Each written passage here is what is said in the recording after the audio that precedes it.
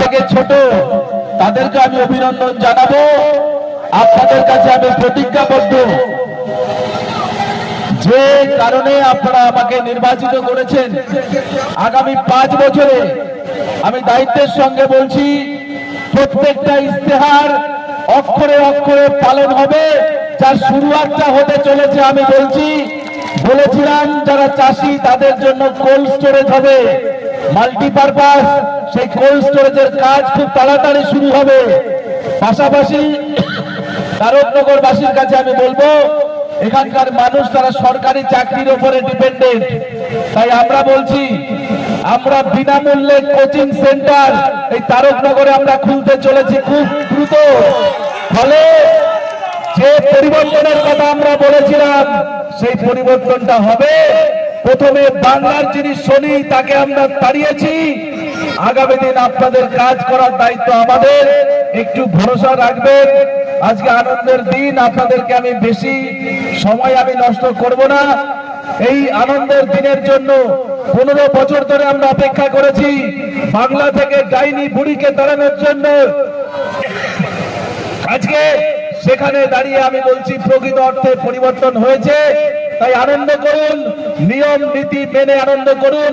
আমাদের লক্ষ্য প্রত্যেকটা রাজনৈতিক দলকে সম্মান দেওয়ার, কোন রাজনৈতিক দলের নেতার ব্যক্তিগত সম্পত্তির উপরে আমরা কুদৃষ্টি দেব না, কিন্তু যারা মানুষের টাকা লুট করেছে তাদের সম্পত্তি সেই সমস্ত মানুষের কাছে পৌঁছে দেওয়ার দায়িত্ব আমাদের।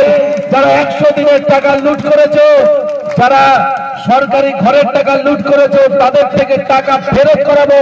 আমি দায়িত্ব নিয়ে বলছি, আমাদের মাননীয় মুখ্যমন্ত্রী সম্মানীয় শুভেন্দু অধিকারী মহাশয় পরিষ্কার ভাষায় বলেছেন, যারা ঘরের টাকা পেয়েছে, একাধিকবার টাকা যারা পেয়েছে, যাদের দোতলা বাড়ি, একতলা বাড়ি, যারা গোয়ালঘর দেখিয়ে টাকা নিয়েছে, তাদের থেকে ঘরের টাকা আমরা ফেরত করাবো, দায়িত্বের সঙ্গে বলছি। তাই আপনারা চিন্তা করবেন না, আপনাদের জন্য ভারতীয় জনতা পার্টি আছে, আপনারা আনন্দ করুন, আনন্দে আপনাদের সঙ্গে আমি আছি। সবাইকে ধন্যবাদ। জয় হিন্দ।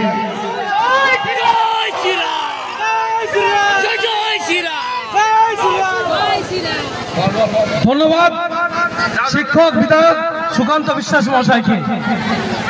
তিনি যে বার্তা দিচ্ছেন আমাদের কৃষ্ণগঞ্জ বিধানসভার পক্ষ থেকে, আমরা ভারতীয় জনতা পার্টি করি, সেই বার্তা বা আজ্ঞা আমরা সবাই মেনে চলবো, এই অঙ্গীকারবদ্ধ আমরা। এবার আপনারা বেশি কিছু বলছি না, নৃত্য করুন। 1 ঘন্টা টাইম, 1 ঘন্টার টাইম।